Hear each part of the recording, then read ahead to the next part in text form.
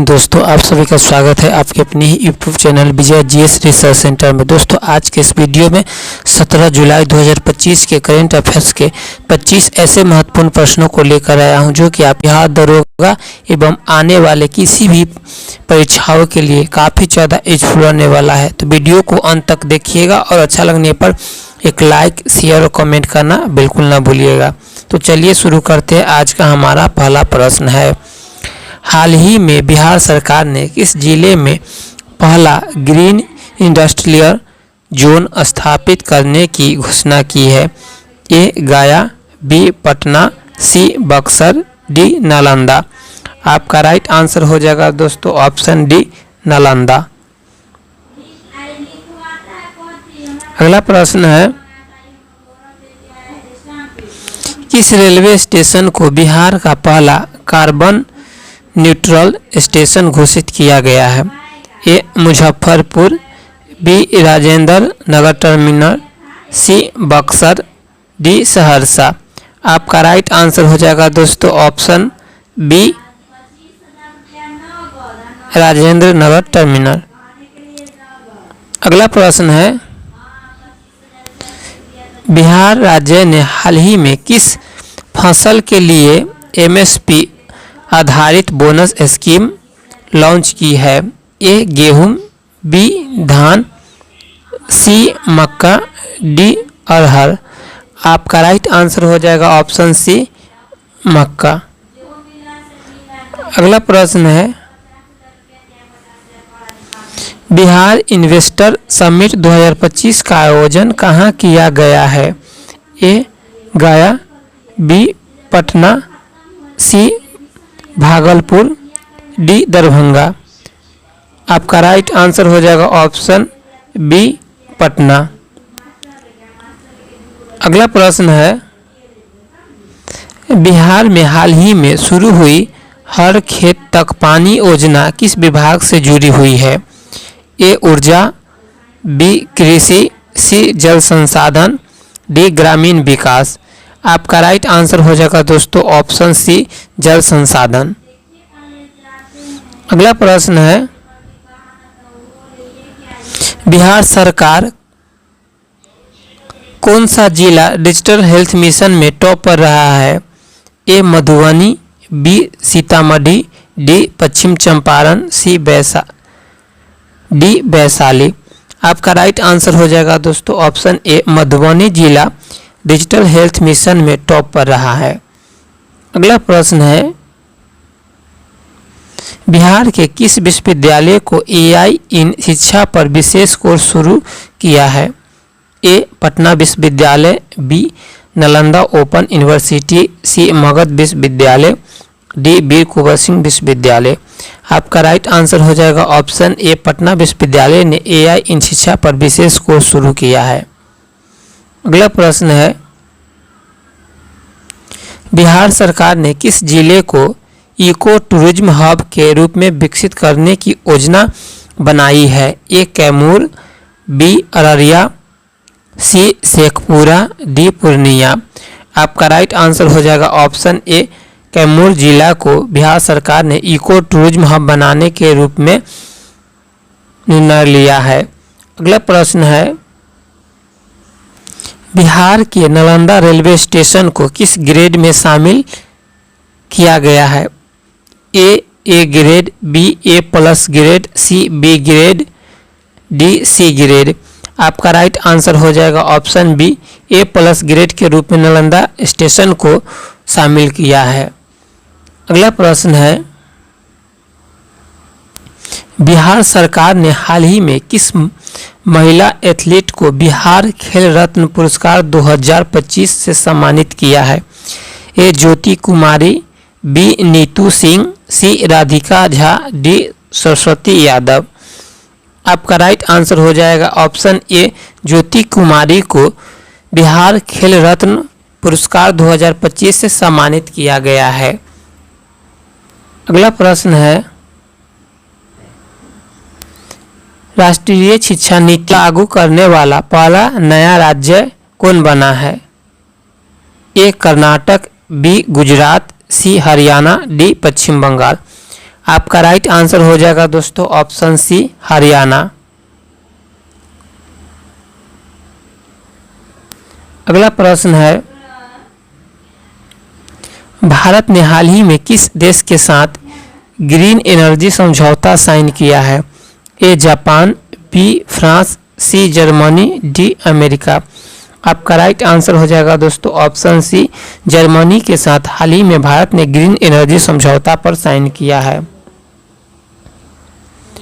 अगला प्रश्न है, बिहार राज्य सरकार ने वन टाइम पेंशन समाधान योजना शुरू की है।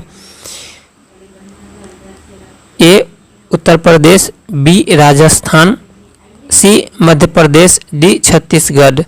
आपका राइट आंसर हो जाएगा दोस्तों ऑप्शन बी राजस्थान। अब राजस्थान तो ये है मैप में राजस्थान। राजस्थान से जुड़े कुछ इंपॉर्टेंट बातों को देख लेते हैं।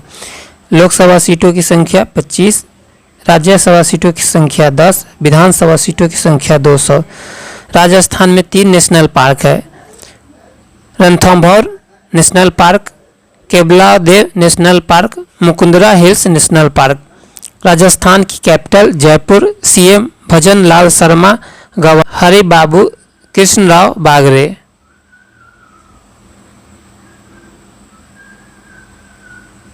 अगला प्रश्न है, 2025 में भारत का पहला सोलर हाईवे किस राज्य में शुरू हुआ है? ए पंजाब, बी गुजरात, महाराष्ट्र, डी तमिलनाडु।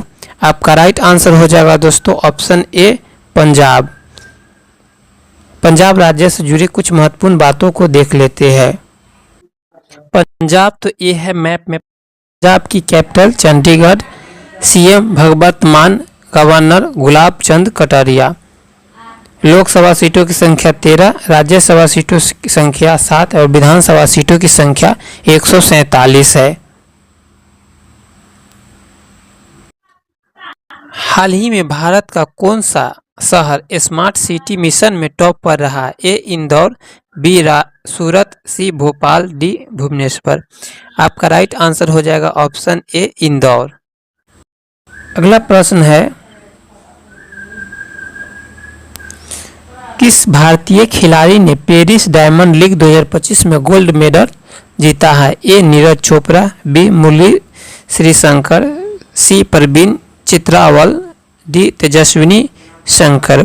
आपका राइट आंसर हो जाएगा ऑप्शन ए नीरज चोपड़ा ने डायमंड लीग 2025 में गोल्ड मेडल जीता है। अगला प्रश्न है, भारत की किस शहर में G20 डिजिटल समिट 2025 आयोजन हुआ? ए बंगलुरु, बी नई दिल्ली, सी हैदराबाद, डी अहमदाबाद। आपका राइट आंसर हो जाएगा ऑप्शन सी हैदराबाद शहर में G20 डिजिटल समिट 2025 आयोजित हुआ। अगला प्रश्न है, हाल ही में किसे इसरो का नया अध्यक्ष नियुक्त किया गया है? A Somnath, B S Subramaniam, C doctor Rajesh Reddy, D doctor B Kumar Swamy. आपका राइट आंसर हो जाएगा option D B Kumar Swamy को इसरो का नया अध्यक्ष नियुक्त किया गया है।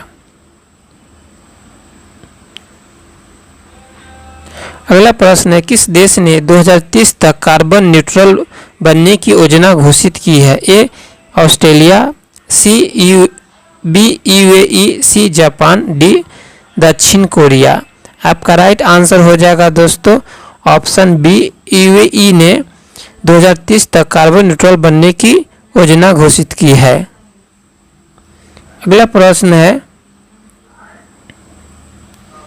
2025 में यूनेस्को वर्ल्ड हेरिटेज साइट में किस भारतीय स्थल को जोड़ा गया है? ए अमरावती, बी धौलावीरा, सी गंगक टोक मठ, सी डी बोध गया मंदिर परिसर।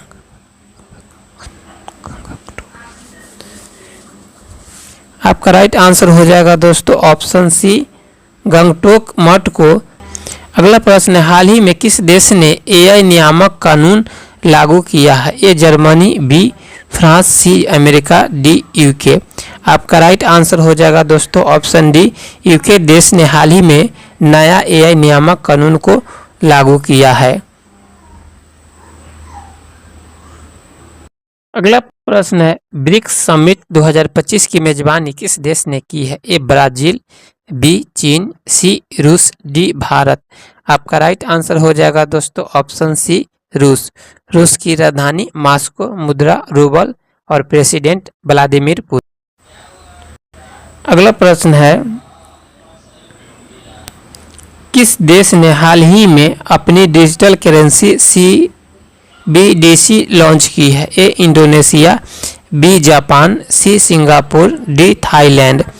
आपका राइट आंसर हो जाएगा दोस्तों ऑप्शन ए इंडोनेशिया। इंडोनेशिया की कैपिटल नुसंतारा, मुद्रा इंडोनेशियाई रुपया। अगला प्रश्न है, 2025 में नोबेल शांति पुरस्कार किसे मिला है? A Greta Thunberg, B doctor Denis Mukwege, C Georgina Martinez, D UN Owen. आपका राइट आंसर हो जाएगा दोस्तों ऑप्शन सी जॉर्जिना मार्टिनेज को 2025 में शांति का नोबेल पुरस्कार मिला है। अगला प्रश्न है, WTO के नए महानिदेशक के रूप में किसे नियुक्त किया गया? ए डेविड मालपास, बी तान्या ओकाफो, सी एमिलियो सांचेज, डी खालिद अल हमीदी। आपका राइट आंसर हो जाएगा दोस्तों ऑप्शन डी खालिद अल हमीदी को WTO के नए महानिदेशक के रूप में नियुक्त किया गया है। WTO यानी वर्ल्ड ट्रेड ऑर्गेनाइजेशन।